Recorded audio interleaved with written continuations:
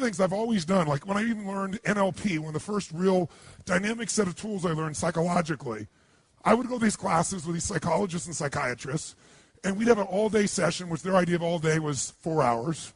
Right? It'd be like we'd start at 10, and at noon we're taking lunch. I'm like, where the hell are we going? Oh, we're going to lunch for an hour and a half, and then we come back at 1:30, and sure enough, by 3:30 or 4, it was the end of the program. And I was like, Jesus, you didn't even do a quarter of a day. So I took the rest of the time, and I extracted everything I could from what I'd learned. There are people with 10 times more skill than I had or ability, but my level of application compared to theirs, I dwarfed it. And it's because while I was still there, I didn't leave the environment. I've always had this belief. If you want to be successful at anything in life, never leave the sight of setting a goal without doing something that commits you to fulfillment. If you you're in state, right, when you do something. While you're in state, that's the time to commit yourself to something that makes you follow through. How many know what I'm talking about here? Say I. So I'd call somebody up, I'd schedule something, I'd lock in the next meeting, I'd sign up for the class, I'd enroll the guy who was going to mentor me, I'd set the meeting with a mastermind of people I met. I did something so that whatever I committed to, there was something when I went home that would pull me there. It's structure. In fact, I'll give you 5 C's to RPM just as a quick warm-up for you. How's that? If you don't remember, it'll be okay, but it'll be in your unconscious for when you go work with a coach. These are the 5 C's. Everything that comes in your mind, anything you can think of, because we're going to basically do a little mini RPM version of things right now. Anything comes to my mind. I'm here, and while you're here doing something, you're driving in your car, and you think of an idea for your business or one of your businesses. Where do you put it?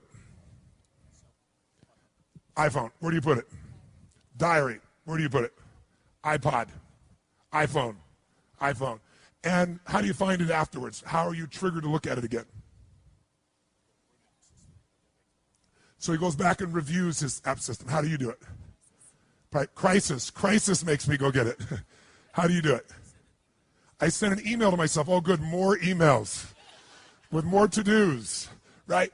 So I don't care what your system is, but when you have RPM, you'll have one place you put it. For right now, you need one place to put it. Now, the problem is most of us have lives that if you put everything in one place, it just becomes even more overwhelming. Who knows what I'm talking about here?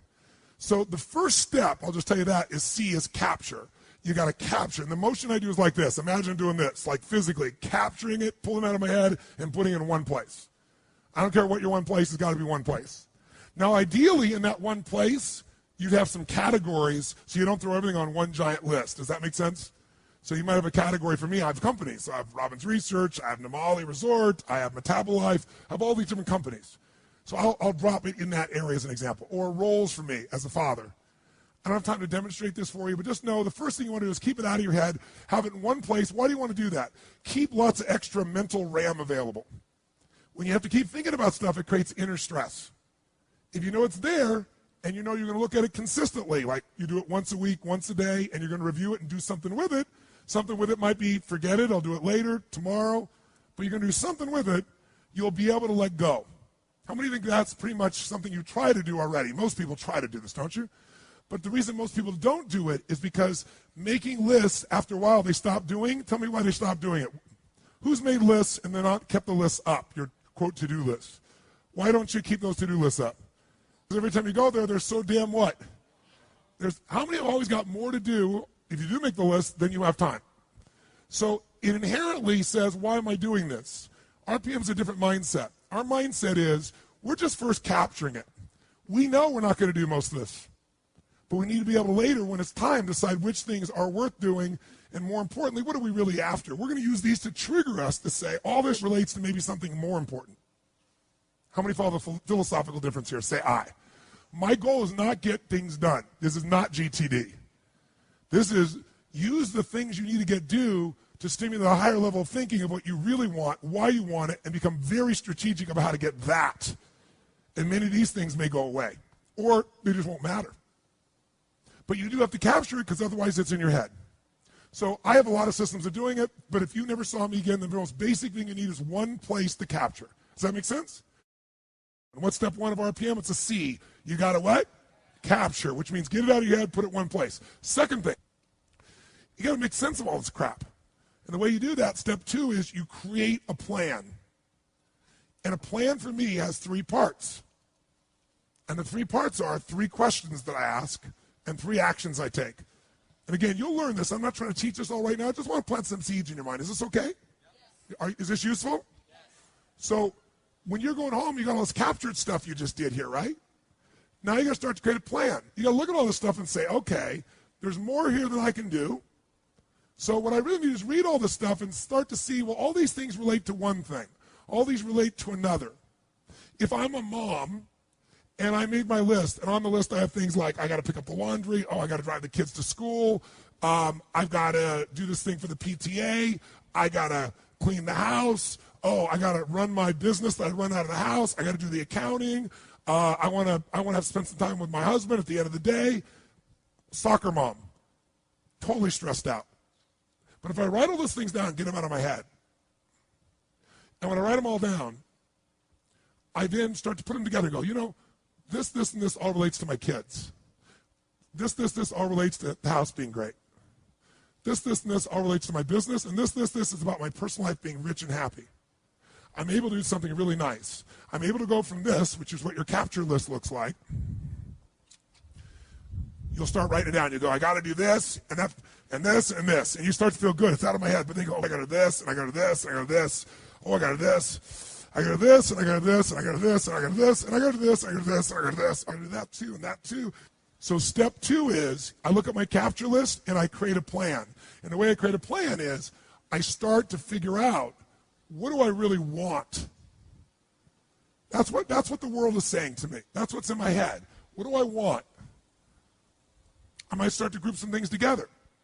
I might start to say, you know, let's take a look at this. You know something? Watch this. Watch this for a second. This item here, clean the house, and this thing, and this thing, and this thing, these all relate to the house. And my outcome there is I want a magically clean house because, why? It makes me feel fully alive. And then, oh, by the way, this, and this all relates to my children. Oh, and this, and this relates to my business. And oh yeah, this is me personally. Anybody see what happens? Suddenly, 80 action items or 12 or 30 will turn into 4 outcomes. There's something here that I want for my home. There's something I want here for my kids. There's something I want here for my business. There's something I want for me. And what that does is now I can start to go, okay, instead of reading all these items, what do I really want for my kids? What's my outcome this week or today? And you get really, really clear about what you're after. You use this to take you to another level higher. Use this to trigger a higher vision instead of letting this limit you.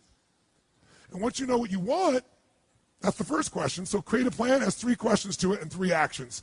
First question is, what do I really want? How many of you would feel different in your life just by this language change?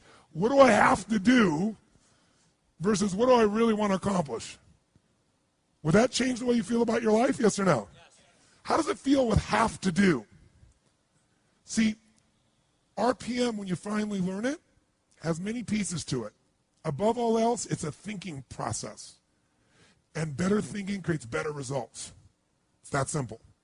So you don't have to ever use a piece of paper to think this way. From now on, all this stuff's happening, you go, what's my outcome? What am I really after? What do I want? What's the specific results? Like, what's the target? Let's chunk up. I don't ever go in a meeting with anyone. What do you think the first words out of my mouth are when I sit down in a meeting after the hellos and the proper connections? What do you say? I always say, what are the outcomes for this meeting? Because how long the meeting is based on getting the results that we're there for. It makes a much more fulfilling life. Or if you can't get in that time, you know that outcome's still not done. We're going to come back and get that outcome done. How many follow what I'm talking about here? Say I. Now, when you get clear what your outcomes are, that's the first question of creating a plan. Second question is, why do I want it? Why? Why is this important to me? Why is this something that really is a must for me? I don't have to do it. I want to do this. Why is this transformative? What's exciting about this to me? And almost all of you have certain key words that are triggers for you. And language shapes your emotion. You want to have a nutritious meal or a delicious meal. You might say, I need a nutritious meal. But what if I said, this is a delicious, nutritious meal? You're more in. If I said to you, I want to introduce you to this person, they're really nice, versus they're delicious. Who knows what I'm talking about here? So when you learn RPM, you're going to learn that RPM is a system of thinking, that RPM is the power of language, because you can change a few words in your outcome. It'll totally change where you end up and what you're going after in your life. RPM is a visual chunking system, a way to take all that stuff you saw and group 82 things down to 4. And guess what will happen to your stress level? Through the floor. Guess what happens to your concentration ability? Through the roof. What are you going to focus on? That's another one. RPM is a focusing tool. It makes you focus on what's most important, because most people major in minor things. Am I making sense? So you got to know, why are we doing this? And I always look at 2 levels of why. Why for me? Why for the team?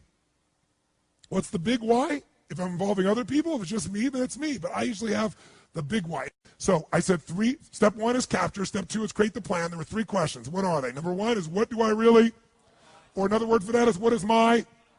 Or another word for that is, what is the result? And I eventually try to get it to a result because I want to make it measurable, if at all possible.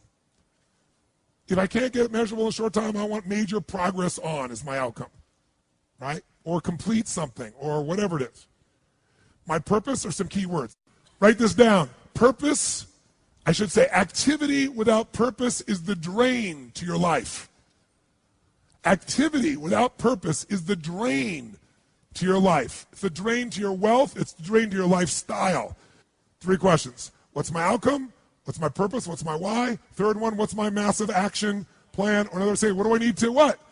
Now you ask that question, it makes some sense. Because what to do depends on what your outcome is.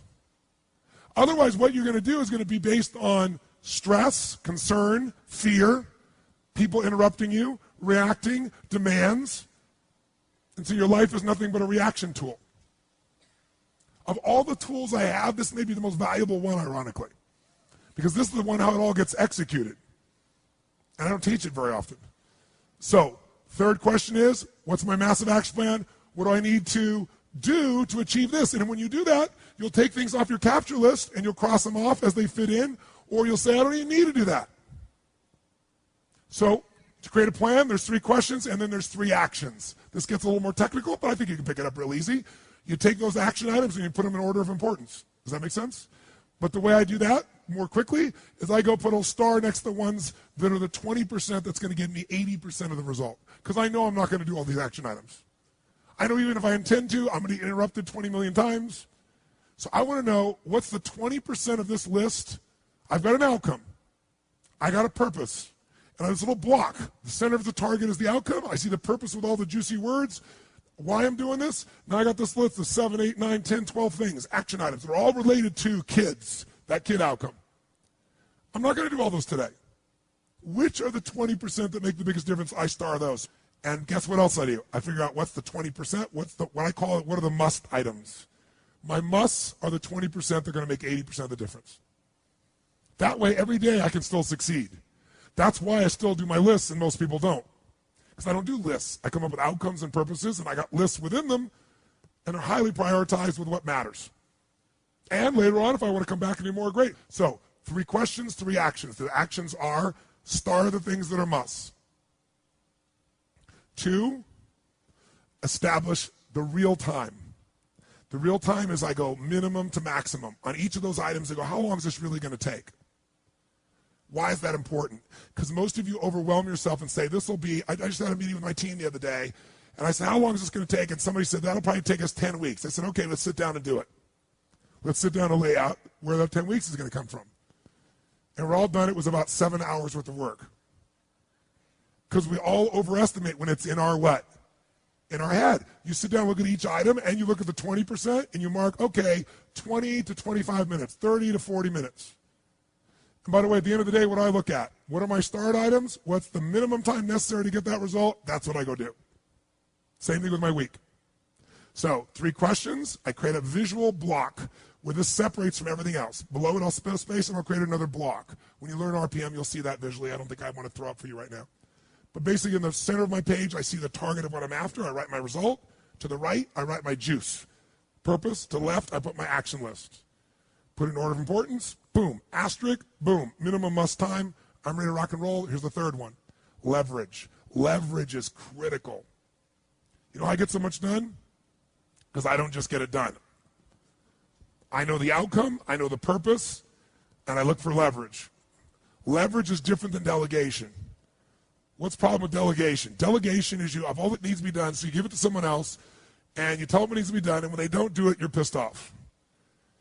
Leverage says, I can move the biggest boulder in the world with a little bit of effort if I get something I can do it with, but I'm still part of it. So leverage is, if I'm going to leverage something here with Tom, I'm going to make sure Tom understands the what? The outcome. I want to make sure Tom understands the purpose, the why, and the action. But I might say to Tom, if you can get this done without this action or better action, go for it, baby. And I want to talk to you on this date, and we got to promise him we're going to check in before it's needed. So there's no surprises. And if you're having problems, Tom, come back to me because we're partners on this. That I call leverage, different than delegation. Who sees the difference here? Say aye. So 3 questions. What creates the plan? 3 questions with a block, 3 actions. Where's my must? What's my minimum must times? Where's my leverage? And you know what I do when I have no time? There is time. I just got to leverage it. Now, you say, I have no one to leverage it to. You know, Shane over here, right? I got all the stuff he wants to do. He can't leverage it. But Shane's answer was hire somebody. Then he thinks about what it's going to take and goes $125,000. Can't do that now. He's getting caught up in one way to get the outcome. Leverage. He goes through his list and goes, what if I got someone to do 20% of this stuff? I could spend 20 grand to get that much freedom. I could pay for it times 10. And if I'm really productive, my productivity should enhance the world, not only my clients and customers, but it should provide jobs for other people. And if there's anything you hate to do, it's because you're either ineffective at it or you don't think it's very important, but it is urgent. So you need to hire somebody for those things. And ideally, somebody who loves that job. You're never going to grow when your time is eaten up for activities that aren't that important. Activity without high levels of purpose is the drain of your fortune. Do it now. If you can't get it all now, do a part of it now. Leverage is power. Leverage is ultimate power.